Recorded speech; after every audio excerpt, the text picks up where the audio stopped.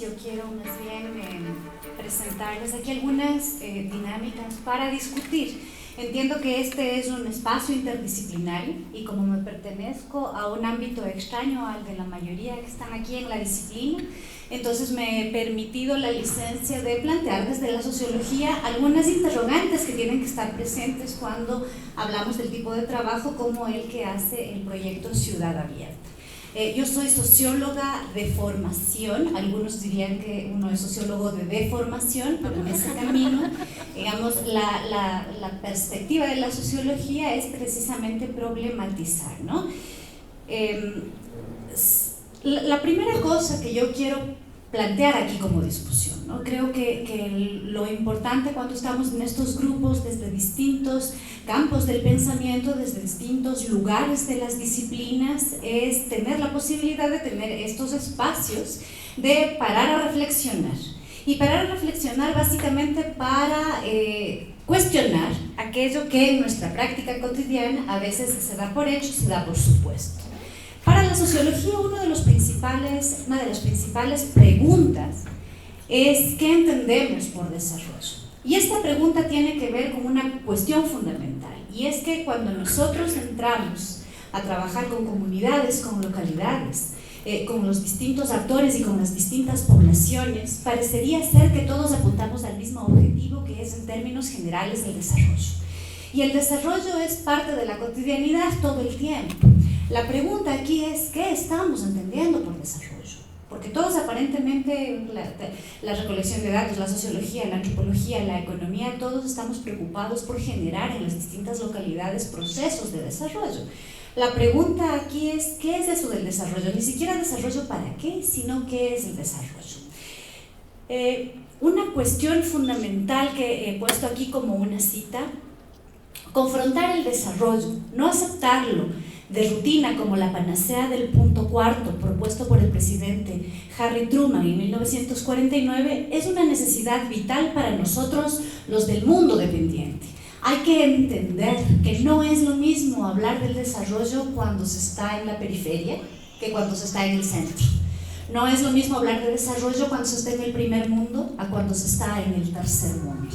Y dentro del tercer mundo, ¿no?, que al cual nos pertenecemos, también hay centros y también hay periferias. Es vital porque en ellos se juega la autonomía, la personalidad y la cultura, las bases productivas y la visión del mundo que han dado el hálito de vida como seres humanos y pueblos dignos de respeto y de un mejor futuro. Esto significa entonces que el desarrollo tiene que ser cuestionado. El desarrollo es una percepción, el desarrollo es una forma de comprender el mundo. Y a propósito de eso, entonces, continúo.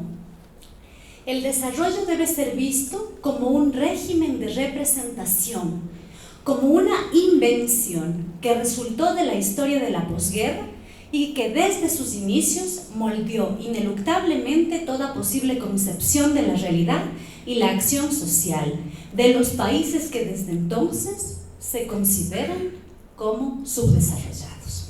Esta es una cita del texto de Arturo Escobar que se llama La invención del tercer mundo, donde él plantea que efectivamente a partir de la posibilidad de entender que el desarrollo es una forma de entender el mundo, es una percepción, es una representación, no es una realidad en sí misma, entonces se configuran maneras de comprender que hacen que el desarrollo se confronte a algo que es el subdesarrollo.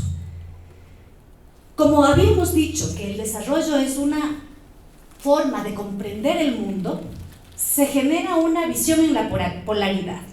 Y entonces, claro, ¿qué es lo que está en el medio del discurso del desarrollo? ¿Qué es lo que las sociedades, qué es lo que los pueblos, qué es lo que las distintas localidades requieren el desarrollo? Cuando uno habla del desarrollo, tiene una serie de fórmulas y una serie de recetas, entre las que se encuentran, primero, el crecimiento económico, después la tecnologización, cuando estamos hablando de entornos agrícolas, de la tecnologización de los procesos agrícolas, de la urbanización como modelo de vida de las ciudades, la producción, el aumento o la mejora, entre comillas, de las condiciones de vida y valores culturales de la modernidad. Por ejemplo, la sustitución de la ciudadanía por la comunidad.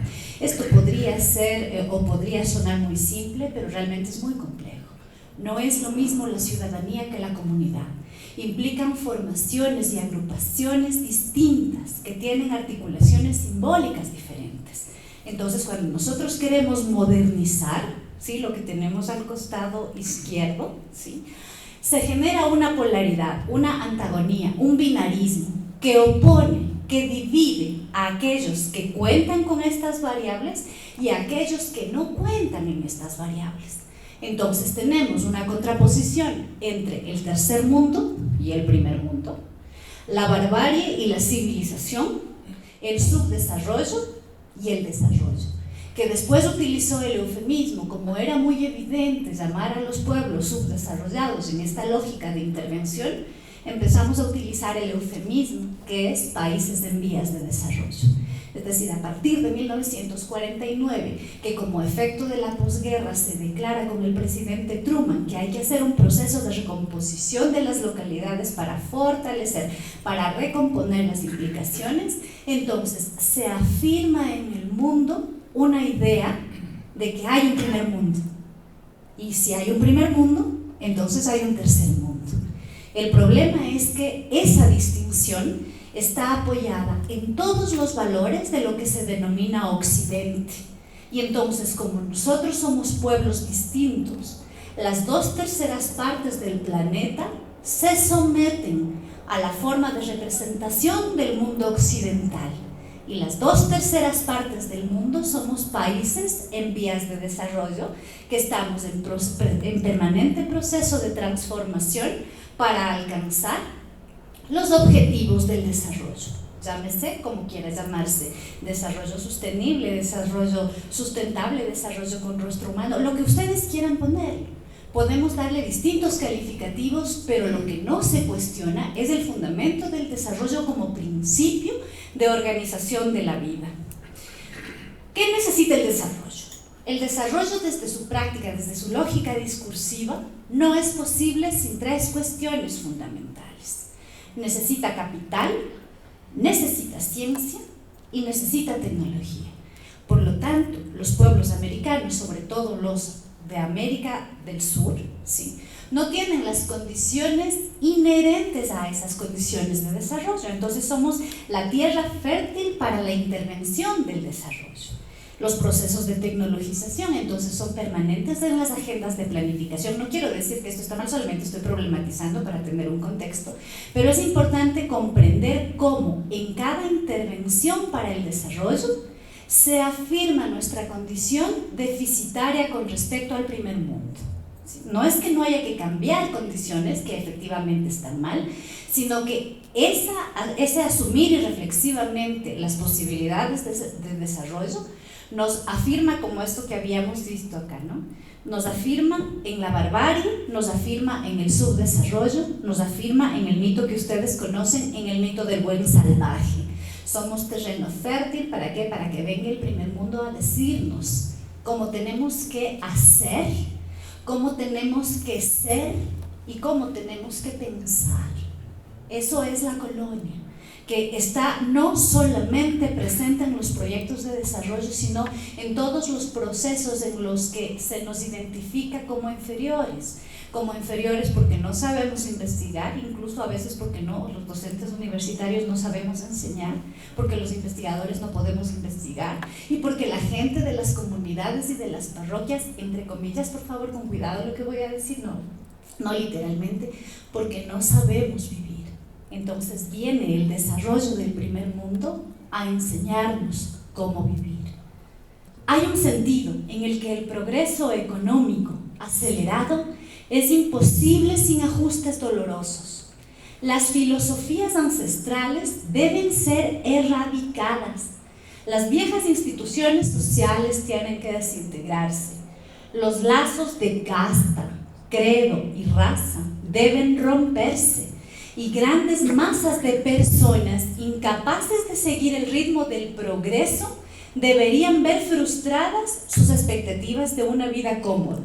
Muy pocas comunidades están dispuestas a pagar el precio del progreso económico. Esto lo dice un documento de Naciones Unidas de 1951.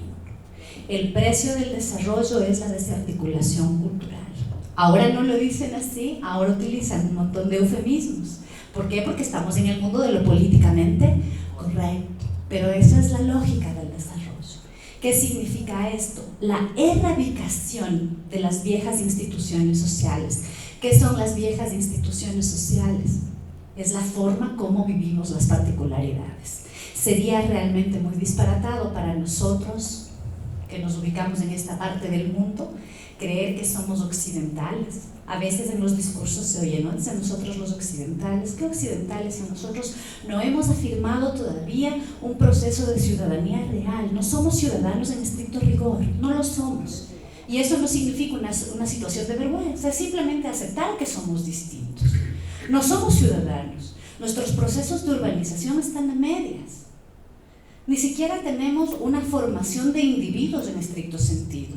No tenemos familias nucleares, nosotros nos asentamos, sobre todo los andinos, en familias tradicionales. Todavía preguntamos al abuelo qué es lo que hay que hacer. No tenemos decisiones en tanto individuos. Entonces, todo esto supone que el crecimiento económico debe conllevar a una serie de sacrificios.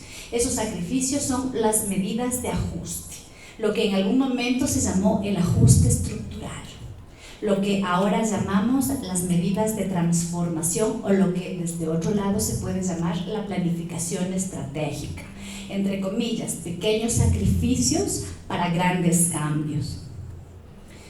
Ahora, ¿esto a qué nos lleva? Nos lleva a la necesidad de reflexionar sobre nuestros modos de vivir. Si estamos en esto de querer desarrollarnos, ¿no?, desde 1949 y estamos ya en 2019, deberíamos haber dado señales significativas de que efectivamente el desarrollo tiene algunas posibilidades de afirmarnos de una manera distinta. Sin embargo, cuando uno mira los datos, se encuentra que en el 2017 el 1% de los más ricos a nivel mundial se quedó con el 82% de la riqueza. Si el 82% de los recursos económicos y naturales está concentrado ya no en el 20, en el 1. Del 2012 al 2017 se redujo del 20 al 1. Esto significa que 3.700 millones de personas, o sea, el 50% de la población mundial, no se benefició para nada del crecimiento que experimentó el planeta en el 2017. ¿Por qué? Porque las posibilidades de consumo también se concentran en la población que detenta la riqueza. Entonces aquí hay una contradicción que es propia del desarrollo. El sacrificio del que habla Naciones Unidas no es un sacrificio para todos. El sacrificio del que habla Naciones Unidas es para ese porcentaje de la población que no tiene las posibilidades económicas de afirmarse materialmente en el mundo. ¿Cuáles son las implicaciones? Y un poco esto rastreándolo con todo lo que hemos trabajado a propósito del proyecto en la isla Santa Rosa, ¿no? Las implicaciones de implementar los modelos de desarrollo o propuestas de desarrollo sin que tengan en cuenta que estamos trabajando con territorios, con familias, con realidades, con culturas, tiene 3 dimensiones importantes. Primero, una evidente inequidad social, económica y cultural. Inequidad social, efectivamente, porque estamos hablando de condiciones adquisitivas económicas distintas, ¿sí? Social, porque se establece una suerte de identificación en función del prestigio, de dónde eres, de dónde vienes, dónde estudiaste o no estudiaste. Hay una jerarquización también en ese sentido. Y cultural también, porque tiene que ver con esta aproximación o con esta creencia que mientras más me acerco yo al centro, cualquiera que sea el centro, mayor valoración social tengo. Entonces, vivo en la capital, tiene mayor valor social que vivir en la provincia. O vivo en la capital de la provincia, tiene mayor valor social que vivir apartado. Y bueno, pues ya si soy ecuatoriano ya ni modo, pero por lo menos vivo en Quito, ¿sí? Y entonces hay una valoración que implica también, que nos hace ubicarnos y que en el contexto ecuatoriano también hay que entenderlo así. El mestizaje conlleva una implicación cultural muy grande. Somos los ecuatorianos un pueblo terriblemente reprimido en nuestra identidad cultural, sobre todo los mestizos que negamos la posibilidad de ser indios y que nos avergonzamos de ser indios. Y entonces eso también tiene que ver con esto, porque el desarrollo no es indio, el desarrollo es blanco. Y entonces el desarrollo también implica esas renuncias que decíamos en función del blanqueamiento, y el blanqueamiento en términos sociales es educación, mejor trabajo, mejores oportunidades, mejor, entre comillas, apellido. La segunda implicación, violencia en las relaciones sociales. Nos preguntamos por qué hay tanta violencia cotidiana en términos de género, en términos de etarios, en términos laborales. Porque efectivamente estamos todos compitiendo unos contra otros. El desarrollo nos pone a competir, el desarrollo nos pone a pelear, y entonces la comunidad deja de tener sentido. La comunidad ya no es la que articula la vida, sino el individuo. Y los individuos tenemos que luchar por nuestro reconocimiento cotidiano. Entonces las relaciones sociales se vuelven complejas. Ustedes se preguntarán por qué disminuye el número de matrimonios. Es evidente. Si la gente tiene que triunfar y tiene que tener éxito, no puede tener una pareja, porque la pareja también estorba, no me permite avanzar con mi carrera. Y el tercero, que no está desarticulado con esta dinámica, tiene que ver con el deterioro de la naturaleza. ¿Sí? El deterioro de la naturaleza, ¿por qué? Porque una de las concepciones del desarrollo, y esto hay que entenderlo, el desarrollo es antropocéntrico. Es decir, tiene una afirmación en el ser humano como eje central. ¿Y qué supone que sea antropocéntrico? Supone la ruptura de toda posibilidad de diálogo con la naturaleza.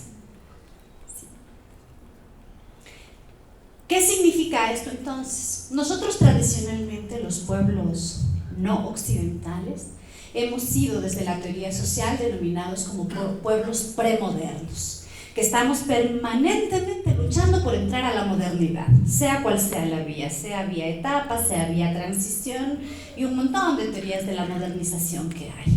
La modernidad entonces ahí se nos impone como único modelo y único modo de vida válido y deseable. Entonces no hay desarrollo que no tenga como fundamento la modernidad.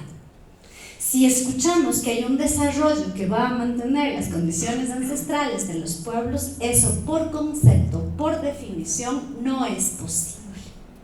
No es posible. ¿Qué implica entonces la modernidad como única forma de vida? Implica la ruptura de cosmogonías originarias, es decir, la explicación del mundo que tienen las comunidades tradicionales queda reducida, sustituida de su condición de principio fundante a invención mágica. Por eso es que hoy por hoy los mitos son ideas fantásticas. Los mitos en el siglo XVIII-XIX eran concepciones cosmogónicas, es decir, que daban lugar a la interpretación y al surgimiento del mundo. Hoy son inventos de los salvajes, ¿sí? Inventos de los bárbaros.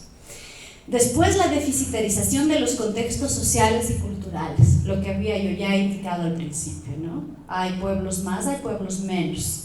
Hay pueblos a los que hay que enseñarles a vivir, y quienes tenemos que enseñarles a vivir, los que supuestamente, entre comillas, sabemos. Y nosotros que no sabemos tanto como los occidentales, esperamos que nos vengan a enseñar a nosotros para enseñarles a los otros. Implica un modelo antropocéntrico que privilegia el crecimiento en su versión occidental. Y aquí hay que entender una cosa: el crecimiento en la versión occidental tiene una línea, es así como una cuestión lineal ascendente. Esa es el tiempo del progreso. El tiempo del progreso implica siempre más. Entonces, si ayer fui algo, mañana soy más, soy más, soy más. Esa no es la lógica de todos los pueblos alrededor del mundo. Hay otras formas de entender el crecimiento. Por ejemplo, la espiral andina. Por eso decimos que en el mundo andino el tiempo es circular. No todos los tiempos son lineales ascendentes. Y claro, lo complejo de todo esto, o lo más complejo si ustedes quieren, es que la diferencia se convierte en desigualdad. No tiene nada de malo ser diferentes. Somos diferentes, pero el problema fundamental es que el desarrollo convierte esa diferencia en desigualdad. Y la desigualdad supone jerarquización. Y la jerarquización supone sometimiento.